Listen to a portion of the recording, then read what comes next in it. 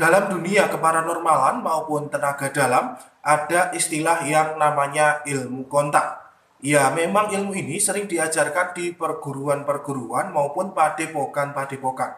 Namun, mungkin secara rahasia, hanya siswa di tingkat tertentu saja yang mungkin dikenalkan dengan ilmu ini. Selanjutnya, mari kita bahas.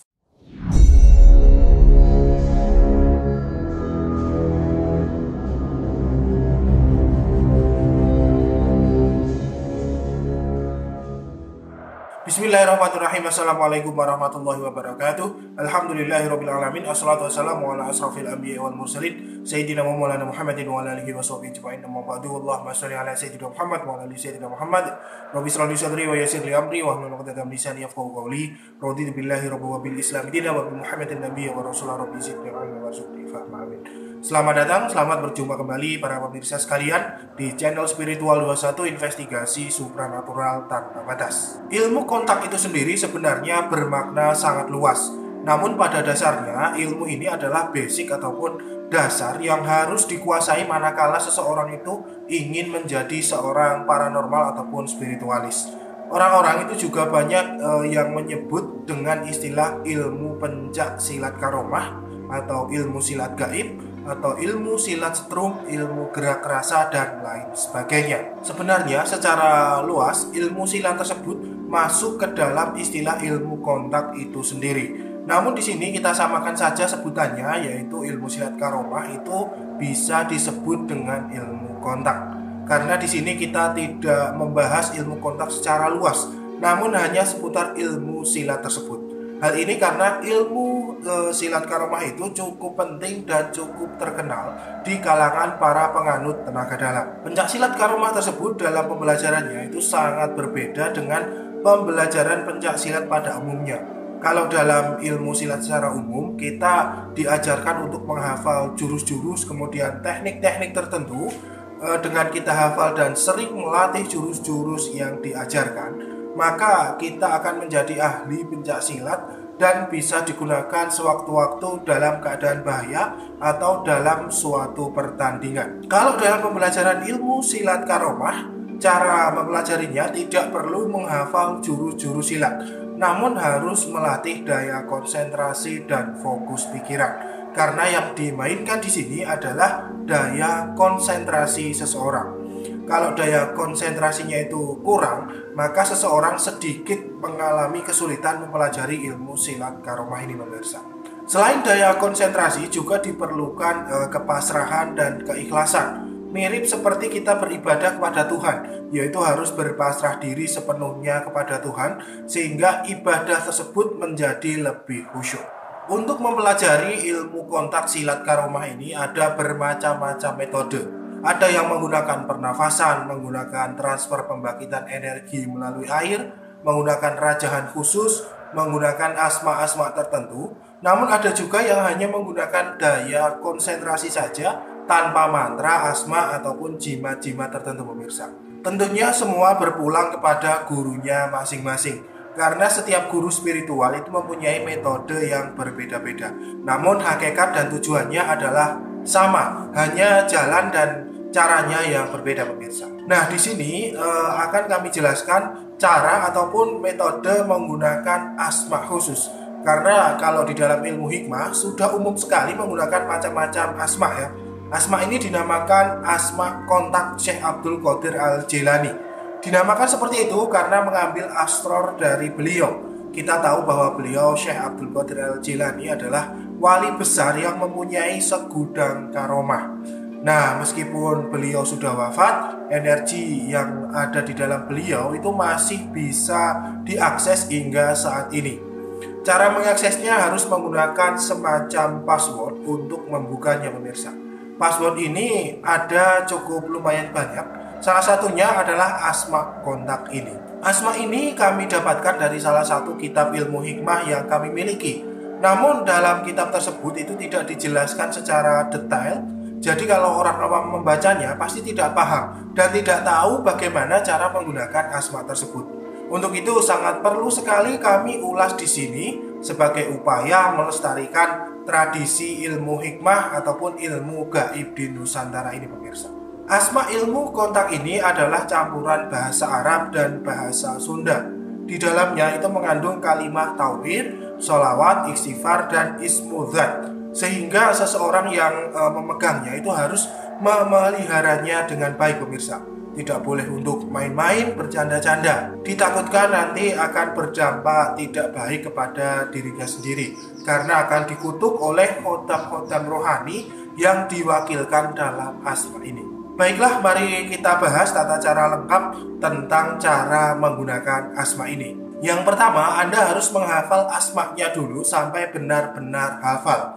Kalau belum hafal, jangan memulainya, karena efeknya itu sangat berbahaya, pemirsa. Selain itu juga tidak akan bisa digunakan. Jadi memang harus dihafal di luar kepala. Tidak usah berpuasa untuk mengamalkan asma ini ya, langsung dihafal saja. Kemudian yang kedua, setelah hafal asmanya, maka bacalah 41 kali, kemudian tiupkan pada segelas air putih.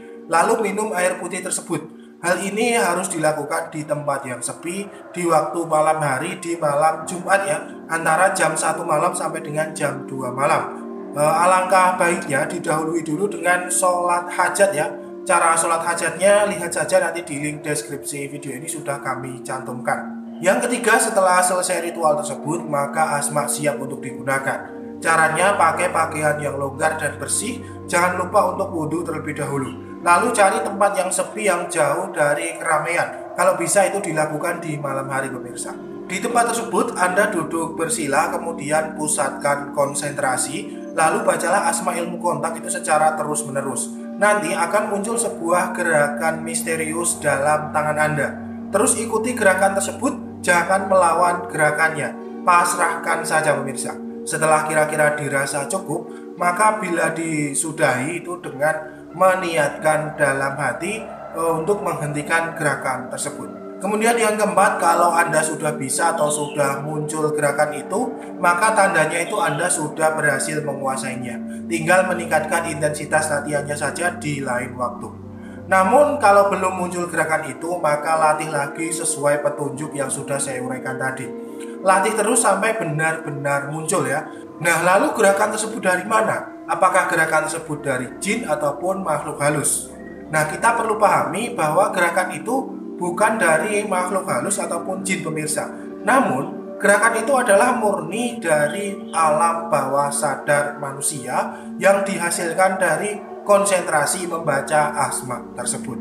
Kemudian yang kelima, latihan berikutnya Anda menggunakan pakaian bela diri ya. Lalu seperti latihan pertama, cari tempat yang sepi. Kemudian Anda berdiri dengan tangan bersedekap seperti orang sholat ya. Pusatkan konsentrasi, lalu baca asma. Tunggu dan baca terus sampai muncul gerakan seperti biasanya. Kalau sudah muncul, ikuti gerakannya, itu jangan sampai dilawan. Kemudian yang keenam, lama-kelamaan gerakan tersebut itu akan membentuk sebuah pola jurus-jurus khusus. Ikuti terus dan perhatikan dengan cermat dan hafalkanlah. Itu akan menjadi jurus silat yang Anda miliki. Nah, kalau Anda sudah lelah, segera akhiri saja latihannya, jangan dipaksakan. Nanti di lain waktu diulang kembali. Kemudian yang ketujuh, lakukan latihan tersebut sesering mungkin sampai Anda mahir memainkan jurus-jurus silat yang didapat. Jurus-jurus yang didapat tersebut sewaktu-waktu itu bisa digunakan untuk melawan bahaya yang mengancam, atau bisa juga untuk pertandingan di gelanggang, atau bisa Anda ajarkan kepada murid-murid Anda dan Anda namai jurus tersebut sebagai mungkin jurus elang atau jurus harimau dan lain sebagainya sesuai selera Anda.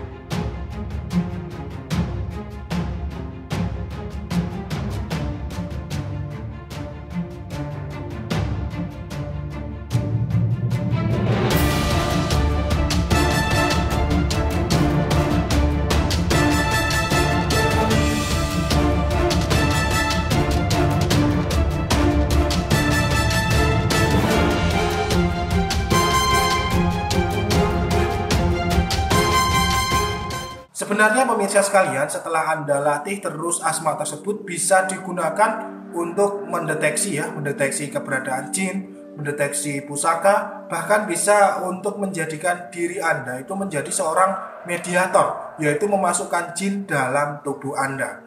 Namun tidak saya sarankan menjadi mediator karena memang efeknya itu cukup berbahaya ya.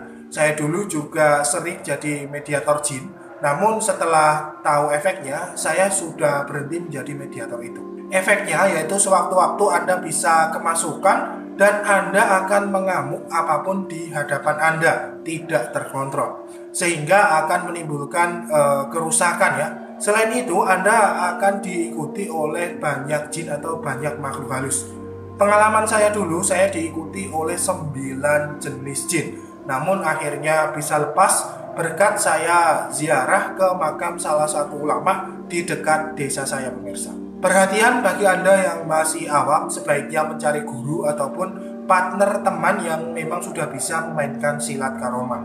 Hal itu untuk menuntun Anda agar lebih cepat menguasai serta untuk keamanan agar tidak terjadi apa-apa dalam diri Anda ya. Karena dalam latihan seringkali tidak terkontrol dan akan menyebabkan badan itu menjadi sakit ya, pegal-pegal ataupun yang lainnya seperti itu. Untuk bacaan asmanya silahkan klik saja link yang sudah kami cantumkan di deskripsi video ini di bawah, atau bisa kunjungi di website kami www.hikmahnuralam.blogspot.com ya.